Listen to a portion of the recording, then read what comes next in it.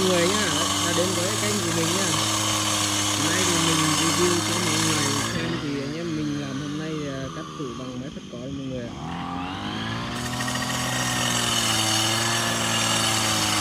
Đó, mọi người thấy chưa? Máy phất cối nhìn rất là đẹp luôn.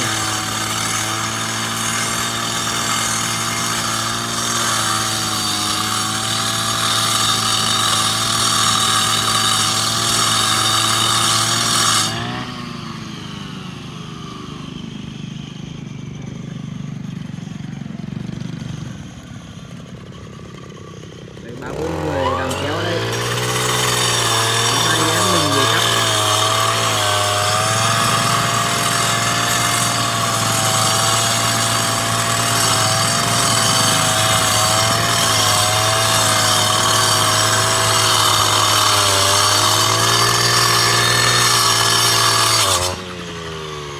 Wow, đẹp quá.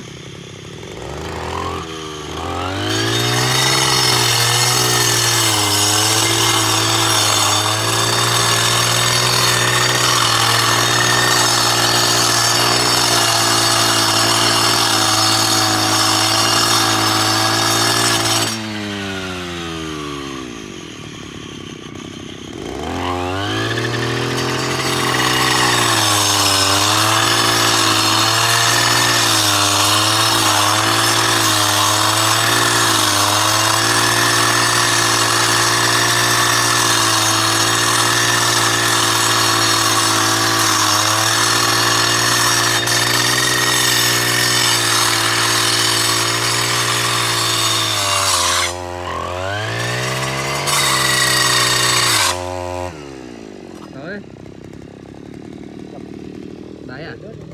Rớt rồi. Rồi, xong rồi đi. Sang kia.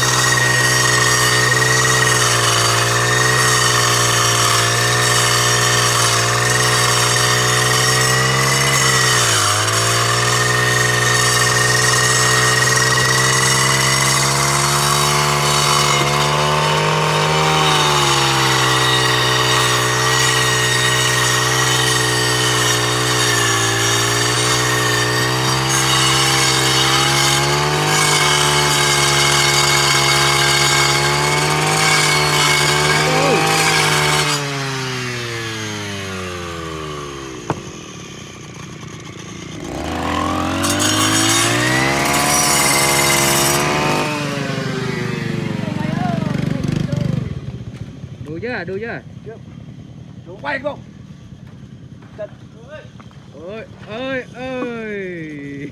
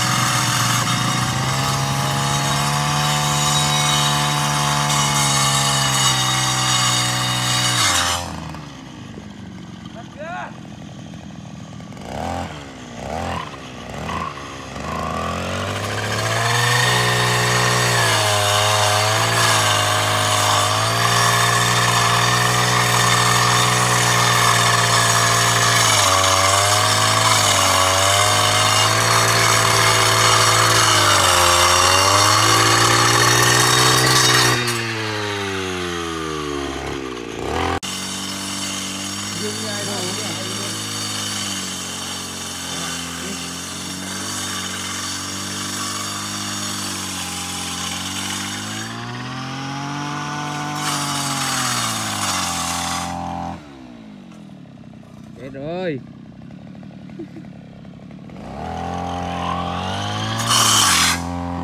Đấy. Sao là lật.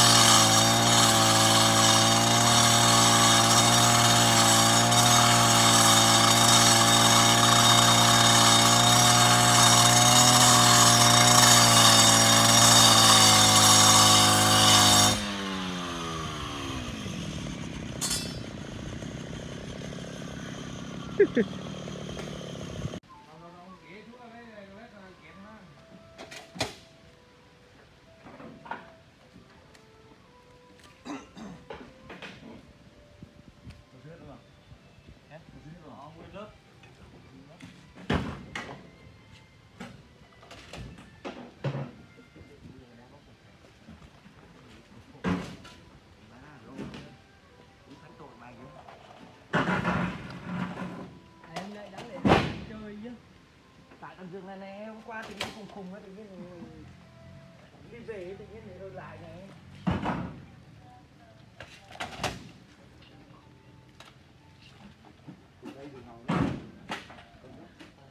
Tụi này là bao kể anh Rưng ạ.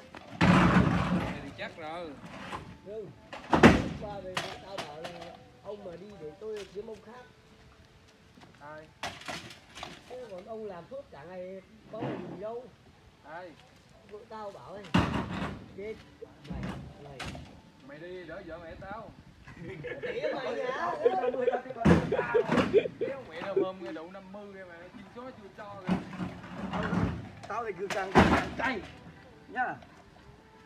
Tao vừa đây 60 tao còn ăn được. Ê. Tao đưa ăn à mẹ.